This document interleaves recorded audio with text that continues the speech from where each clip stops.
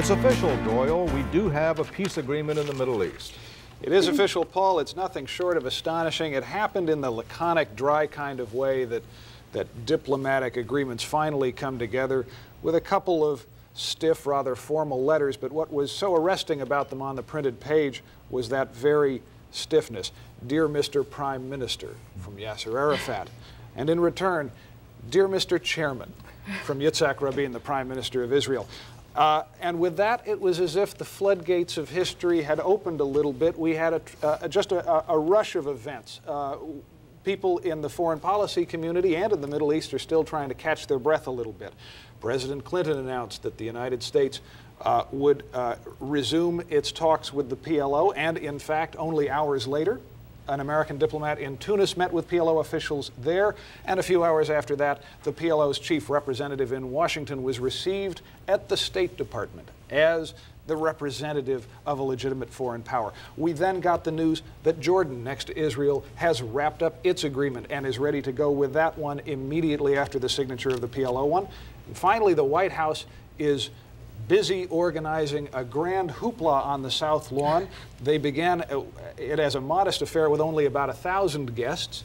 White House officials told me today that the phone and the fax have been ringing like crazy. Everybody who ever gave a nickel to Bill Clinton wants to be in on this one. This is for Monday. This is for Monday, I'm sorry. It's going up. It is now at 3,000 guests. It is going to be perhaps the largest event of its kind ever seen.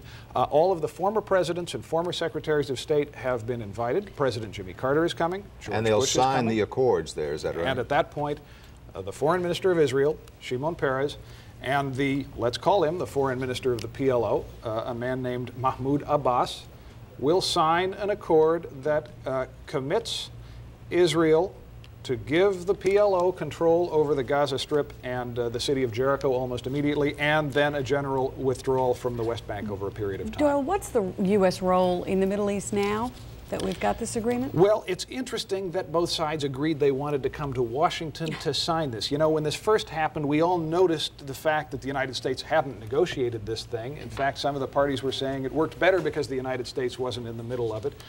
But they had to come back here because the United States is the chief fundraiser of the world and the chief guarantor of these things. But in a funny way, as we try and work out what it means to be a superpower, we're finding in this post-Cold War world, we're finding that one of the roles is the one we discovered in the Gulf War, going around with a tin cup raising the money for this. And so Warren Christopher is probably going to go out in a few weeks to Saudi Arabia, to other countries, trying to pull together the economic aid that will make this thing fly, if it can fly. Let's pursue that just a bit now and get an on-the-scene report from Lisa Beyer of Time Magazine, who's been pursuing this story night and day, and it's very much night right now in your part of the country, namely Tel Aviv, Israel, Lisa, because I understand it is 2 a.m. in the morning. But the question which we all ask back here in Washington as elsewhere is, will this really work? What is your view? I think there's a very good chance of it. What this deal has done, or both deals, the deal for Palestinian self-rule and the mutual recognition between Israel and the PLO, is that it's dramatically changed the whole psychology of the area. For the first time, you have both the Israelis and the Palestinians overtly recognizing each other's right to share the land that they both call home. And in that way, this deal has made possibilities which seemed preposterous 2 weeks ago seem like no big deal now. The notion of Yasser Arafat coming to the Gaza Strip in a month's time with an army or a police force made up of his former soldiers. No one would have believed that two weeks ago. It's like the fall of communism. History is running faster than we can, possibly, even watch it. I asked an Israeli friend of mine recently, what is it you want from the Palestinians? And he said, we want them to stop hating us. And I said, well, how can that happen as long as you have your boot on their necks? And he said, that's right, we have to take the boot off, but we can't do that until they call uncle. And that's exactly what the Palestinians have done now. They've said, okay, enough is enough, we don't want to fight anymore. And the Israelis, as a result, are taking the boot off their necks. And in this way, this matrix of hatred that has determined everything here is now beginning to be dissolved. And as a result, a lot of good things can happen. Lisa, you're talking about an enormous change in people's psychology after 40 years of feeling another way. There are bound to be a lot of people who are against this on both sides. What is the mood on the West Bank right now among those folks who have been running the Intifada and opposing the Israelis?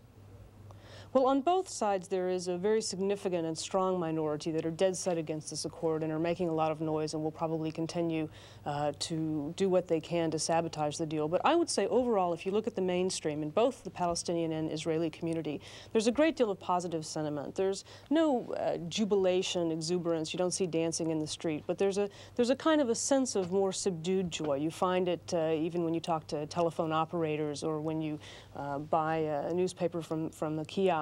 People are filled with a sense of expectation and hope that didn't exist before.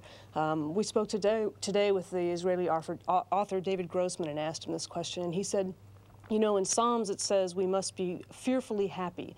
And I think that pretty much sums up the way people feel here. There's a great expectation and optimism that things can be very different.